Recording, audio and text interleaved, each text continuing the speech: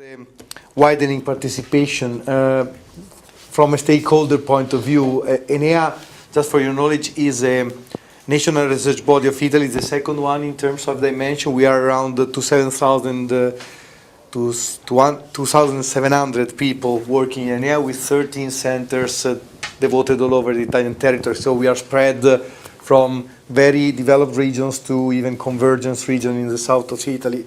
And I found interesting the concept you presented at the beginning when you said there is a link between regional context and performance of the research system. So meaning that if you even have a center in the convergence region, the performance of this center do not follow the performance of the national body to which it pertains, but it takes into account the fact that it is in a convergence region with all the problems of the region where it is located. Why I'm saying this? Because one of the instruments of the widening participation that you presented is the ERA chairs. And the ERA chairs has a rule which says, okay, ERA chairs are devoted to less developed regions, so convergence regions. Correct me if I'm wrong. Yeah, I will. No, this is corrected. Yeah, but you know what I'm going to comment, because this is a comment from big research bodies like mine, and not only myself. I know I'm not alone. I know also CNRS has the same vision.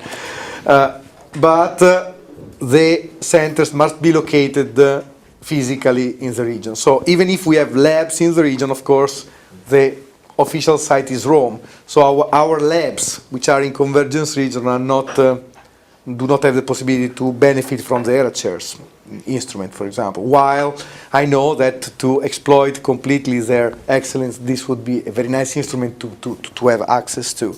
But this is a comment, not a criticism. I mean, just a constructive comment. Another interesting thing I have measured, and this takes back to my experience as coordinator of the European Energy Research Alliance Secretariat.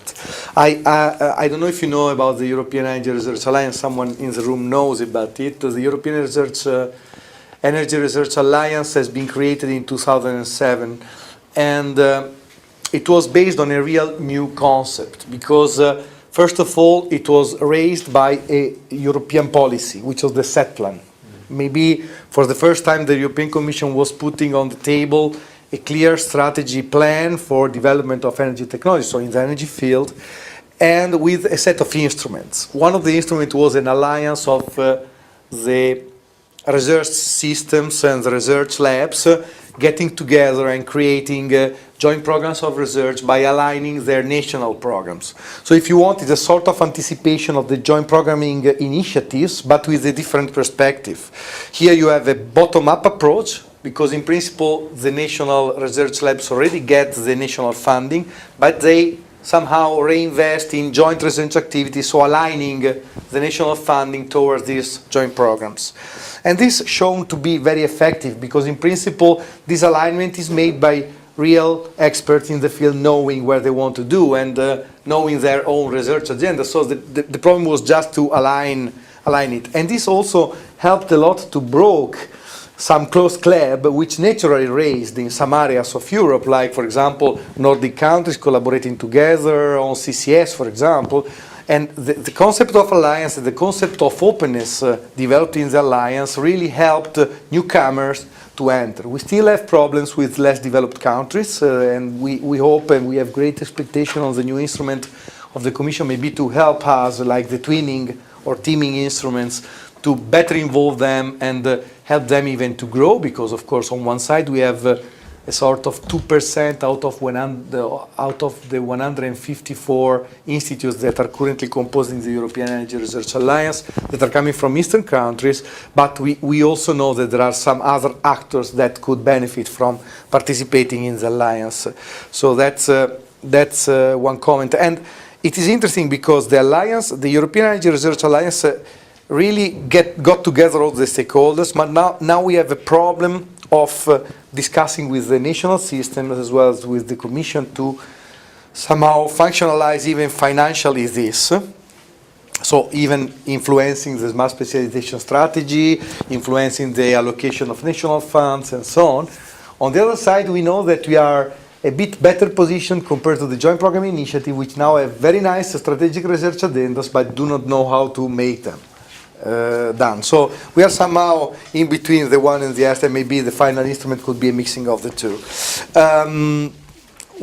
Regarding the finally, I would like to close with the concept on PPP and P2P, and the indication of the Commission to member states not to stop investing in research and innovation. I come from a country which, of course, at the moment has not made this choice, unfortunately, because I come from a research body, so it would be nice to see my country investing in research. In any case, the risk of ERANET, Article 185, Article 187, is to create a two-speed Europe. Why? In principle, every country in Europe is investing in the budget of Horizon 2020, and even Greece and even Italy, which maybe have less money at national level to be invested on ERANET and PPP or P2P initiatives. So we can arrive to the counter effects that countries able to invest are going to be top-fed up by European funding, which in principle 9% is given from Italy, and I think 6 or 7% by Greece. So in principle, let's say, less rich countries are going to found richer countries. This is why I really appreciated that the Commission introduces the concept of in-kind contribution to at least give the dignity of players not having cash money from the country, in any case, to participate, compete, and maybe have the potential access to the top-up given by the Commission. So this is my personal comment to the whole, and just a short clarification for ERHS. Only the pilot was based on the concept of convergence regions, and the reason is that they had to use a legal basis of FSR, and the only legal basis available for this pilot was the program for research potential, which actually uses convergence regions. But this will not be the case in the future. So just this is good news. Yeah, it will be the case of performance. So it will be again the criterion of performance. So again, what means the low performance will be Right. okay. Just to follow on this subject, you said that the institution that would like to involve in the NERA chair have to play the game. Yes. And does that mean that, for example, it would exclude them to apply for ERC program? No, there's no exclusion. there's nothing mutually exclusive. It's completely independent of the ERC. Okay. Nothing.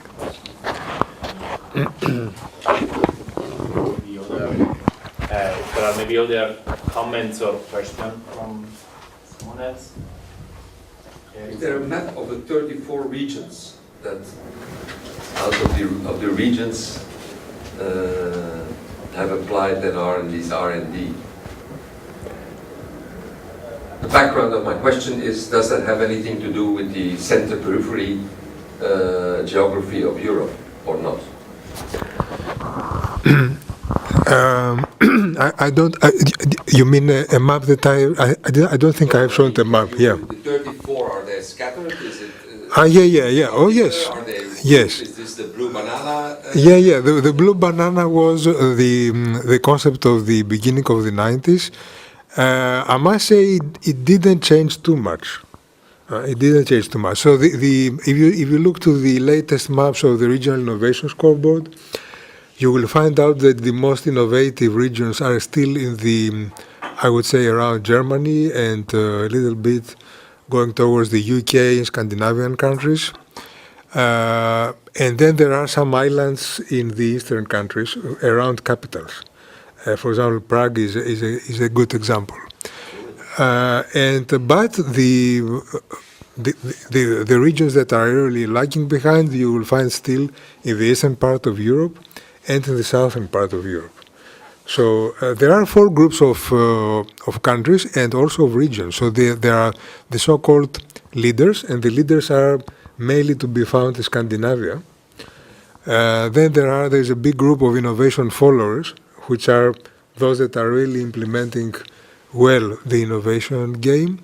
And then you have 2 groups of countries and regions, which are the moderate and modest innovators. So it's quite diplomatic as an expression, but these 2 groups are really bad in terms of innovative performance. And this is mapped out of 24 indicators, where the investment in R&D is only one. There are 23 other indicators that track innovation performance, and at least half of them are related with market considerations. So how you export, etc., patenting and other considerations. So it means that there is a strong correlation between, of course, economic performance and but there is also the point that the latest figures we have seen do not really confirm that this is growing. So the divide is not really growing. It is rather stable. But of course, in most cases, it doesn't improve dramatically. So it remains quite important. But for those countries that have taken the effort to invest a little bit more in these areas, you have immediately better performance. So one of the most clear messages that we can send is that if the member states and regions engage into investing on that, they will probably get better performance, and then they will have a better place in the map, if you like. Mm-hmm. Yeah. There is another question from... It's a question of priorities also. Is it not also a question of the, let's say, conditions in which innovation can flourish? And absolutely, so, yeah. Discussion on accumulation regimes, regulation. Exactly, yeah. Simplification. To post-industrial societies, and so. Yeah. For example, how easy it is to do business in this case, in these regions.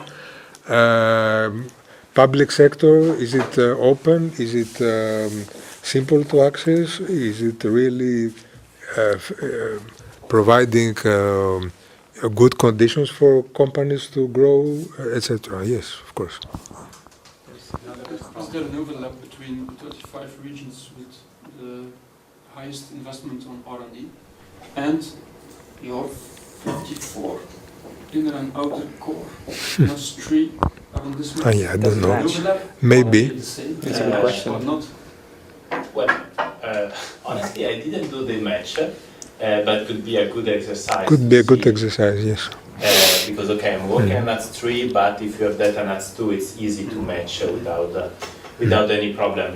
Usually when I looked at the core, we have mainly the blue banana, let's say, that is also the most advanced, let's say, Netherlands, Brussels, etc., plus capital city. So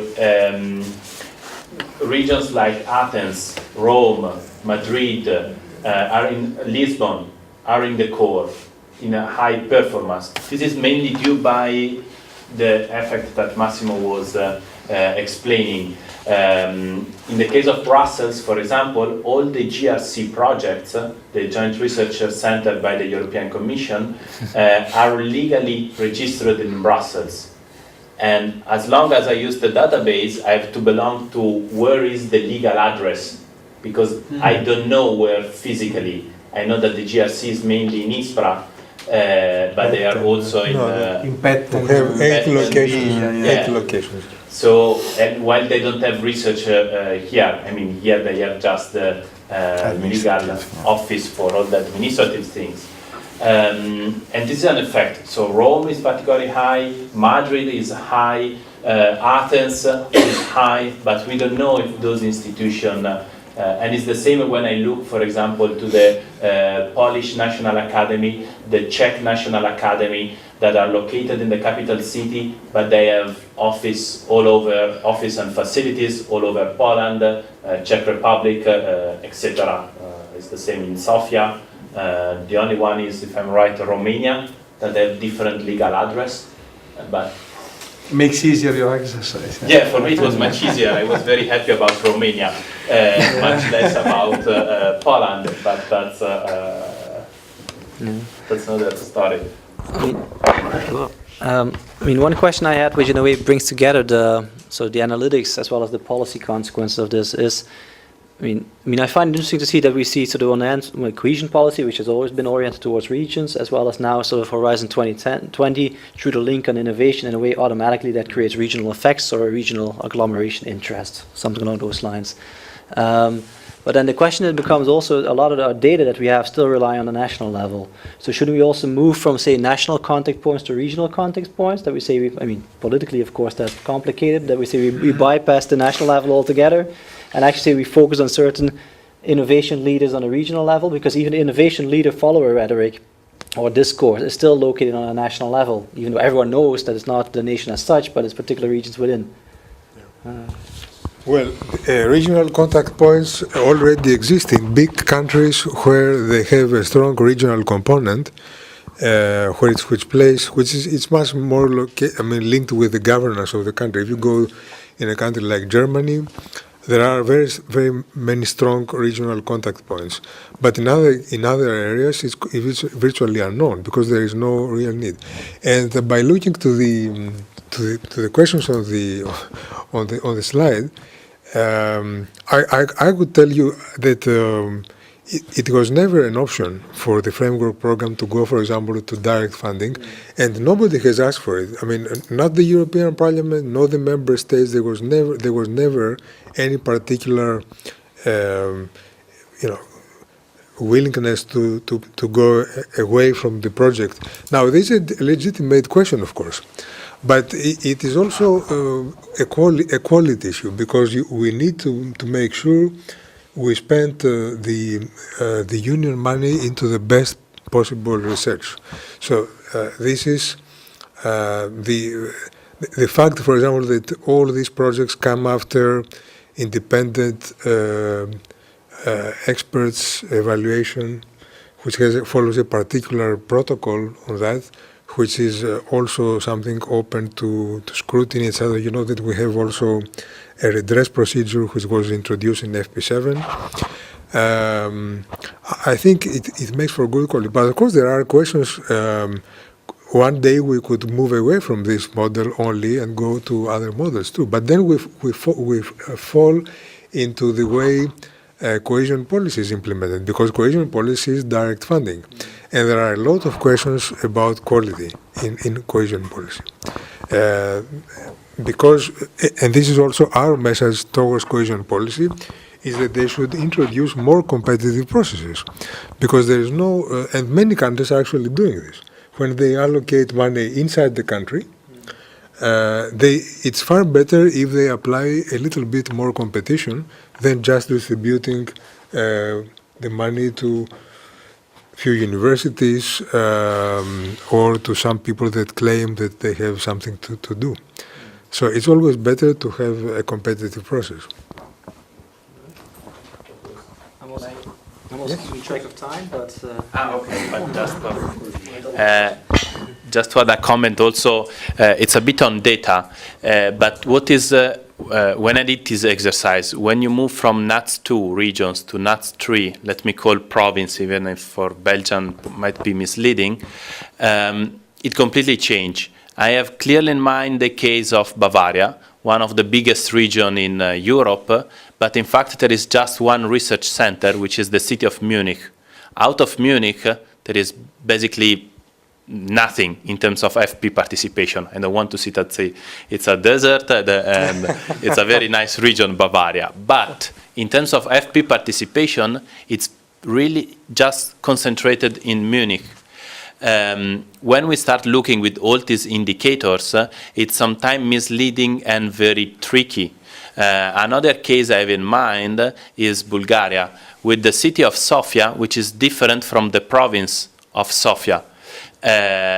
and it's quite strange because we have the city of Sofia quite low FP participation because the Bulgarian Academy of Science is located just out of the town in the things. We will see it's the same for Brussels when we start considering all the different districts.